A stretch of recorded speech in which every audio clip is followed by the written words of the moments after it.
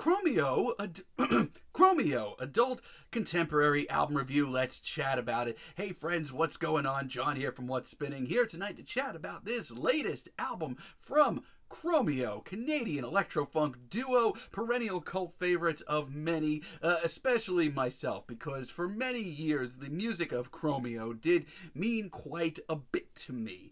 I mean, their early record, She's in Control, I mean, yeah, it does got some bops in their earliest singles, but I wasn't completely hyped about the production sometimes, and some of the late album tracks were kind of snoozers. But shortly after, I became completely a really big fan of Chromeo and what they were doing between Fancy Footwork and their Business Casual record. These were two albums of just completely over the top, sleazy, ridiculously fun electro-funk tunes that did not take themselves too seriously, which I personally thought was really special. And while it wasn't the most mind-blowing thing in the world, it was incredibly satisfying being a fan around that time. Now, since then, I feel like more and more kinks have been thrown into the Chromeo formula. I mean, their 2017 album, White Women, this was their biggest record to date, and it sounded like it. I mean, the Jealous single for them, it was huge. It was everywhere. Not to mention,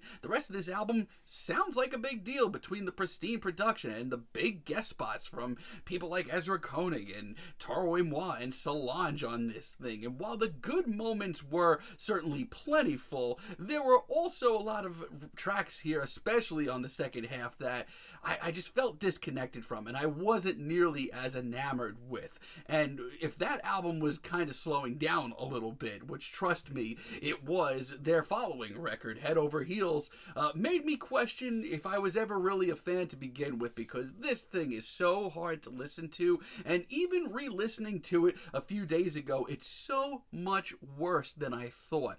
But, you know, if you saw my video on albums that I was truly hyped for, deep down, I want this album to be good. And while I have been very curious to listen to this project, I have kept my reservations up, mostly because I thought a lot of the singles on this thing were just not up to snuff to where we usually are. And going into this album, it's another mixed bag, folks. Now, I always am one to point out the good things about an album, even when I necessarily don't like it after all.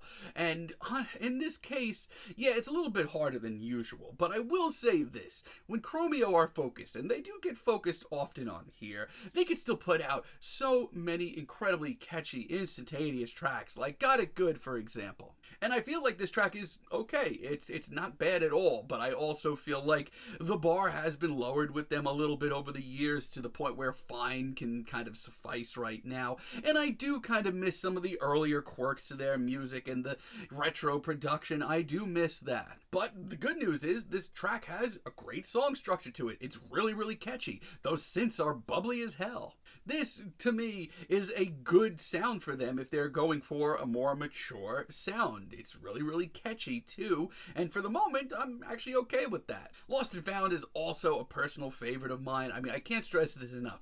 When they just put their thinking caps on a little, they can very much so put out very funky, fresh electro-funk. This one is a lot more upbeat. It's got some new wave vibes to it, and it shows the duo freaking out a little, having some fun, which is something I appreciate. It's so catchy, and this hook is ripped kicking and screaming out of the 80s, but guess what? It sounds like it has a home. It's punchy, it's got a little bite to it. I love the 80s vibes. I honestly feel like I could listen to this track a bunch more times. I have a lot of the same feelings on BTS or Better Than Sex. This is a slick, sleazy electro-funk jam with a serious groove to it. And honestly, it's got a lot of the elements that I initially loved from this duo. You know, it's got the personality, it's got the sort of eccentricities, and for a few short minutes, I don't really care how glossy this production is. And if this album's benchmark is personal effects, honestly, things aren't that bad because I still really like this single. As a matter of fact, I thought it was the best single and probably the track that got me the most excited for this record. Once again, for a mature sound from Chromeo, I think this is a great medium for them.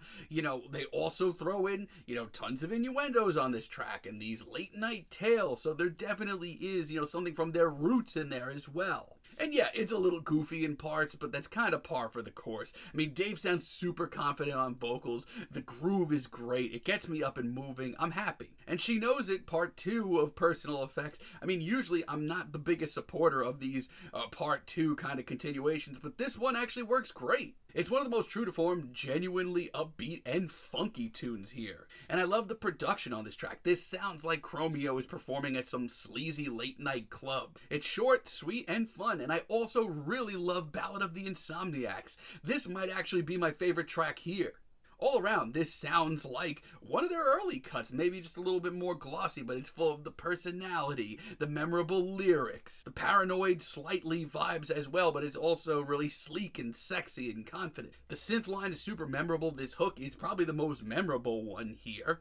And while I would argue that this is absolutely the band at their most straightforward, I think that's for the best at this point. So it's clear that the band definitely does have, a little juice left when they are focused, but they are not always focused. Like I Don't Need a New Girl, which was one of this album's leading singles.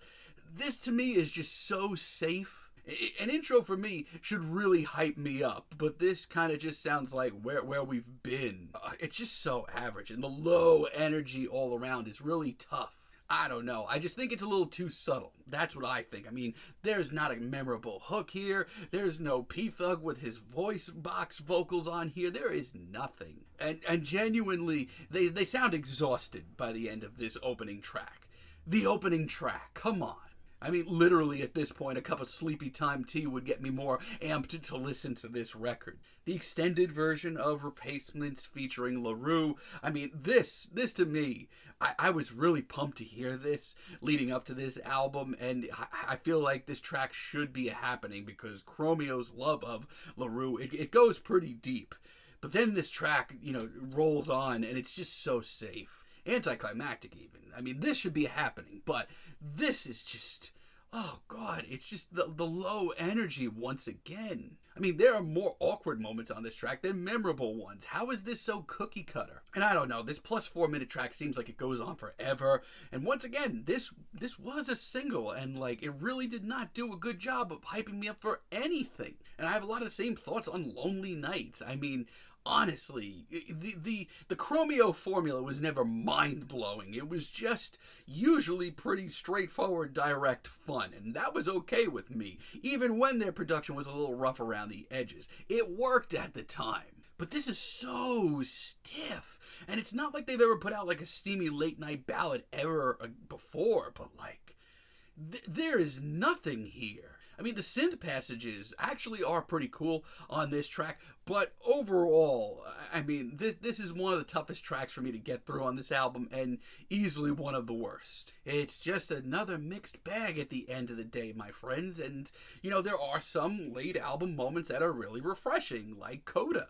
I mean, I actually think this track is a freaking blast. I mean, I love the groove, and songwriting-wise, this is really clever. It's just a super straightforward blast of a track. Also, Words With You, really, really good. The sheer funk of this track is overpowering. The synths are heavy as hell and super memorable. And when the horns pop in for the chorus, my God, I needed that. Like I said, the formula is not that hard. And when they just put their minds forward, they can put out great tracks like this. I love the quirky little solo too. It was nice. I mean, this is really a sleeper for track of the album. But then we get to A Cut Above, and I'm sorry, y'all. This is rough. This is once again a stripped down late night ballad, which we have heard from Chromeo before. This is actually a pretty intimate moment, and it's mostly just Dave and some synths.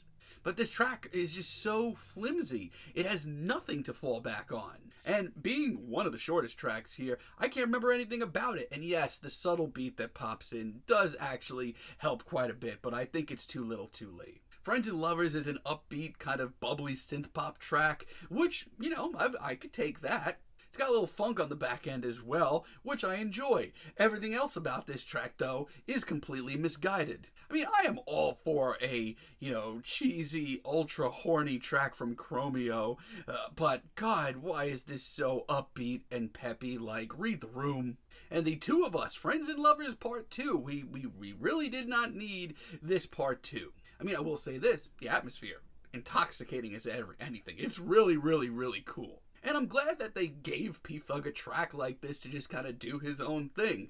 I actually think that's really classy. I'm just embarrassed that this is what he had to work with, especially with just how passionate the two of us repeated lines are towards the end of this track. Like, come on, guys, get your shit together. And as a finale, we have another rendition of Replacements featuring LaRue. And, I mean, I will say this, that this version towards the end is almost identical to the one that we got earlier. And there is a little more drama in this shortened version, but, like, man, like, this is just so average, and clearly they still have some juice left in their systems, because when they focus, they can put out really fun, funky music still that I think has a lot of replay value and is just super instantaneous. But the guys are getting older, and their albums are just getting more and more inconsistent, and this is not as bad as Head Over Heels. Trust me, I will not come back from that. But still, like, it's 2024, and this is kind of a middle-of-the-road album. I'm feeling a very strong 5 on this one, but let me know what you all think down below. If you like the video, be sure to give us a like, give us a subscribe, and let me know down below what you would like for me to chat about in the future. And until next time, have a great day, friends.